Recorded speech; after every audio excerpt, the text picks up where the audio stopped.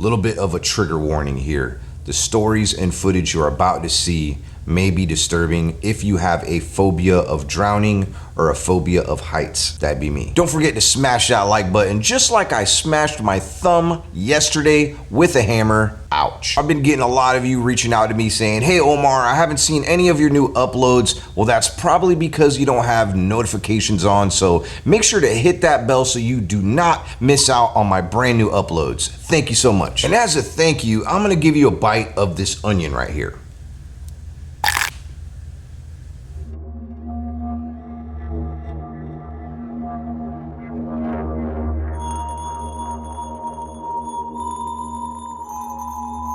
A 39-year-old car salesman from California was really passionate about helping others, especially the homeless community. If you know anything about California, especially Southern California, Los Angeles, San Diego, their homeless situation is quite sad. Now, Robert wanted to do something about it using his stuntman skills that he went to school for. Now, this particular stunt that he was about to do, he had been planning for 7 years at Niagara Falls, and 2 other times he attempted to do this stunt, but friends talked him out of it, and for good reason. It was dangerous. On October 1st, 1995, that day would finally come when Overhacker would attempt to ride his water ski over the Canadian Horseshoe Falls in hopes to bring awareness to the homeless community. So he entered the Niagara River near the Canadian power plant, riding on his personal watercraft, aka jet ski, and there was some stickers placed on the side of it saying, "Save the homeless." If you've ever been in Niagara Falls, it is covered with tourists. It doesn't matter when you go, it could be cold, it could be hot, there's a lot of people. On this particular day, there was about 2,000 to 3,000 tourists visiting the area. Could you imagine going on a vacation to Niagara Falls and thinking to yourself, it's just a normal day, and all of a sudden you see a water ski going right towards the falls? I mean, what do you do at that point? Do you panic? Do you call the police? I'm pretty sure there was a ton of 911 calls. Now, there was a police officer that was witnessing this whole thing. His name was Richard Daniels, and he was a witness to Robert launching his water ski 300 feet upstream. Now, as Robert is going down the Niagara River, there was a road that ran parallel to the river that Officer Daniels was on, and he was yelling and pleading with Robert to please stop. Obviously, he knew that he was not only breaking the law, but about to do something really stupid, and he kept yelling at him like, don't do this, please stop, pull over. And Robert kept yelling back at him, not a chance. I mean, think about it. Robert had been waiting 7 years to do this stunt. Nothing in the world, including a police officer, was gonna stop him. Plus, it didn't matter. I mean, he was obviously already breaking the law. I mean, he was gonna get arrested either way. So why not just carry out the stunt that he had been planning? So there was no reasoning with Robert at all. He was unstoppable. Now, instead of being scared and turning back around, he speeds up to get closer to the falls and launches himself over the falls. And as he does that, he sees the crowd of people. People are just looking around in amazement, just staring at him. His brother, his best friend, is in the same crowd cheering for him. But once he got to the brink of the falls, he feels his water ski fall beneath him just as planned, and his rocket-propelled parachute that was strapped to his back never discharged, causing him to plummet into the falls below. So what happened? What went wrong? Robert had been planning this for 7 years. You'd think things would go a little bit more smooth, but it didn't. We may never know exactly what happened, but there's stories out there saying that Robert probably forgot to pack his parachute, and when he realized this error, it was too late. Now, this all happened so fast, and it did take a second for everybody to see Robert down below, and at first, people thought that he survived this fall because it looked like he was down there swimming, so they thought that was actually the power of the falls moving around his lifeless body, creating the illusion of him swimming. The mate of the missed boat comes close, brings him on board, tries to perform CPR, but like I said, it was too late. People are yelling in the crowd, there's people crying, there's people in complete shock. They don't know what's going on. They think that it could be just an act for TV. Robert was the 15th person since 1901 to go over the falls intentionally. I believe he was the 5th one to lose his life. And yeah, some people have survived. Now, shockingly, it wasn't the fall that took Robert's life. In fact, he didn't even have a single broken bone. An autopsy report later revealed that Robert's cause of death was drowning. On February 22nd, 1970, a 14-year-old Australian teen by the name of Keith Sapsford snuck onto an airplane that was leaving Sydney, Australia, in hopes to get away for a couple of weeks because he was in this Catholic school that his parents recently put him in, and he absolutely hated it. The way he snuck on this plane is something you're not going to want to miss. We'll get to that in a second. Keith was born in 1956, which happens to be the same year my parents were born, in Randwick, a suburb of Sydney, Australia, in New South Wales. His father, Charles Sapsford, described Keith as a curious kid who was always on the move. Keith was growing restless of Australia and was always getting into trouble, so his parents thought, hey, let's put him in this school and it will probably straighten him out. Now, after just a couple of short weeks, his need for adventure and wanderlust behavior became apparent, and that's when he ran away and ended up at the Sydney airport. Now, back in the 1970s, it was a lot easier to make it onto a tarmac. Nowadays, if you jump over a fence and the camera catches you, more than likely you got bit on the butt by a German Shepherd, maybe a couple of them, maybe you got even shot at a couple of times, and that's if you're lucky. That wasn't the case for Keith. He made it just fine, but to be honest, it probably would have been better for him on this day to get caught before he got onto the tarmac, and this is why. Oddly enough, he got this idea after his dad shared a story with him of this young boy who would sneak on the undercarriages of airplanes, but would later on die because of the high altitude. Now, Keith thought he would be a lot smarter than this kid and was very confident that he can avoid the dangers of the high altitude and where he hid, and that's why he chose this particular place. Sadly, this would be the very last decision that Keith ever made. Tragically, Keith never realized that the wheel compartment that he was sitting in would open up once the plane reached a certain altitude for the wheels to come back in, causing him to fall 200 feet down below to his death. What makes this story even crazier is that there's an amateur photographer down below testing out a brand new camera, and as he's testing out his camera and taking photos of the airport, he waits for this particular airplane, to take off into the air. Once he sees it take off and it's up in the air for him to get a nice photo, he snaps a picture, and to his surprise, he catches this.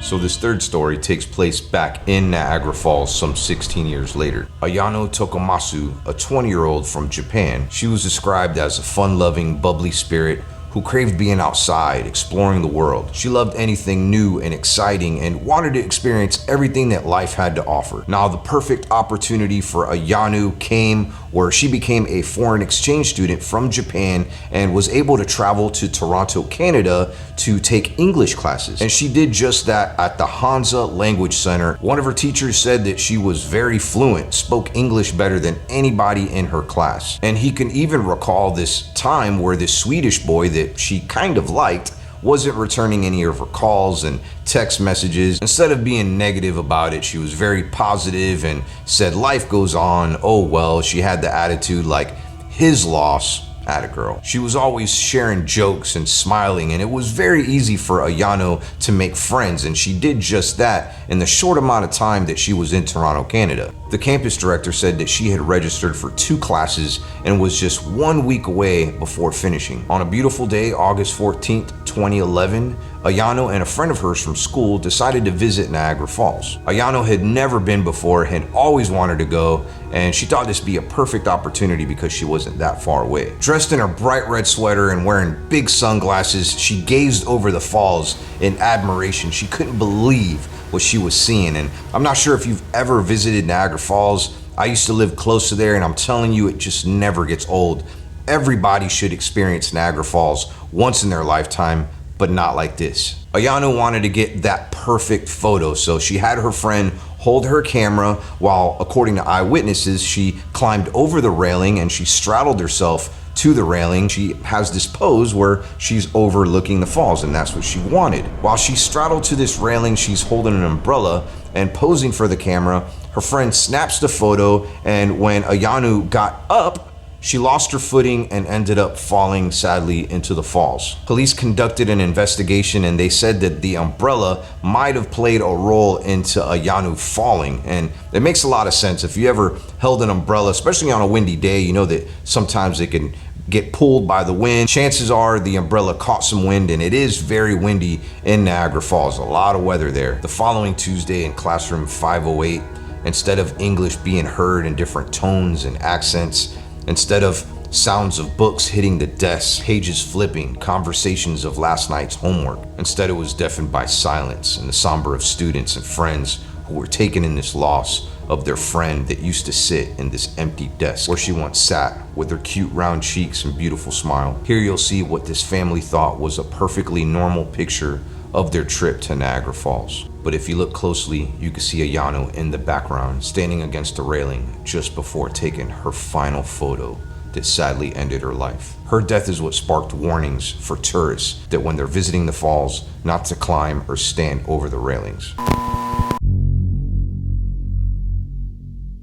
Now this next story and footage is probably one of my favorites. It's also the most chilling. Richard Raglin was that popular kid in school that everybody loved. He was involved in high school theater. He even played a star role as Conrad Birdie in a Bye Bye Birdie live production at school. He went on to college just before joining the National Guard. He was described as a full of love, full of energy type of guy who loved helping others. During the summer of 2017, Richard and a couple of his buddies decided to leave Sandy Springs, Georgia, where he was from, and visit Gatlinburg, Tennessee. If you know anything about Gatlinburg, Tennessee, and its neighboring town Pigeon Forge, there's so much to do there. It's a beautiful area located in the Smoky Mountains. Happens to be one of my favorite family vacation spots, but it does get very busy. On June 4th, 2017, just a couple of days before Richard's 23rd birthday, him and his friends were on their way back home to Sandy Springs, Georgia, and wanted to make a pit stop to go swimming, take some pictures at this beautiful waterfall known as Foster Falls. Now, Foster Falls is in the South Cumberland State Park, which is located not too far away from Chattanooga, Tennessee. They were doing a lot of swimming, taking photos, video selfies of him and his buddies, just having a great time, laughing, smiling, cracking jokes. As Richard's doing a little bit of swimming, he got pulled beneath the water and tragically drowned. A friend of his jumped into the water to try to save Richard, but it was too late. Now, this is where the story gets a little crazy. In fact, I'm gonna put my hat on backwards just for this part.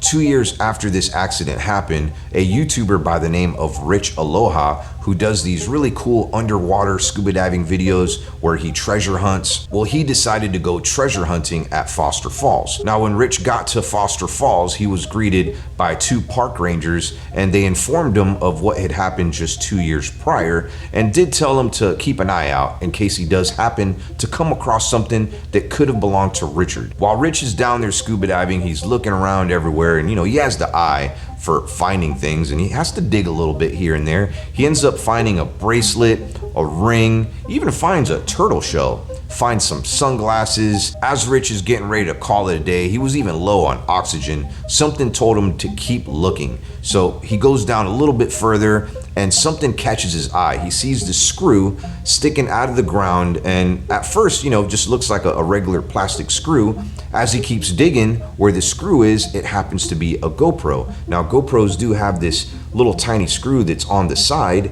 and when he pulls it out, you could hear the excitement in his voice, like he's just so excited that he just found a GoPro. It did look like it was down there for a long period of time. Now, I'm not sure if the GoPro worked. It looked pretty broken to me. The footage you are about to see are Richard Raglin's final moments of life.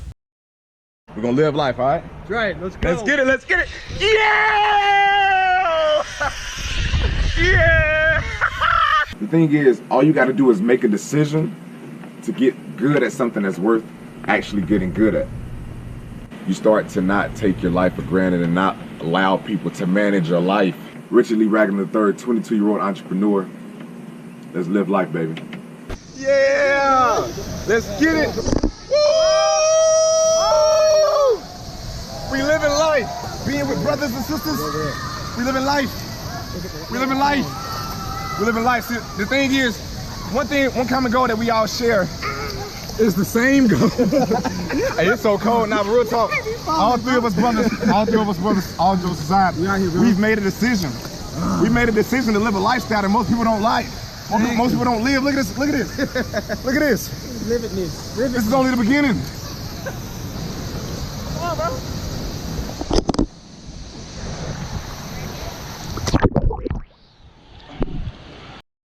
I don't know about you, but watching that broke my heart.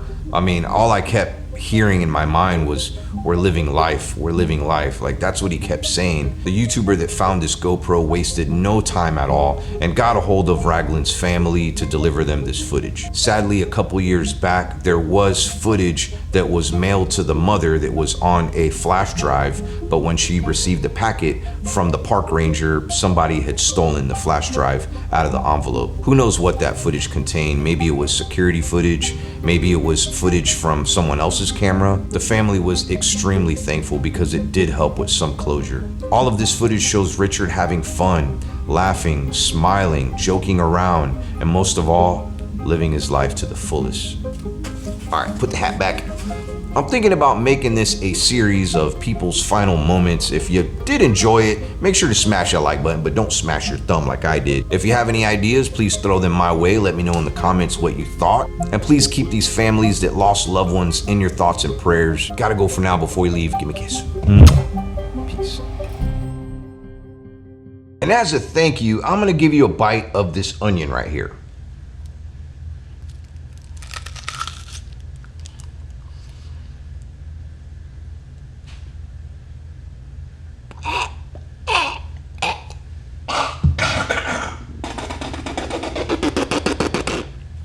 Whoa. Okay, look. Oh. I like onions, but biting into a raw one, feel bad for Tiffany. Getting kisses later.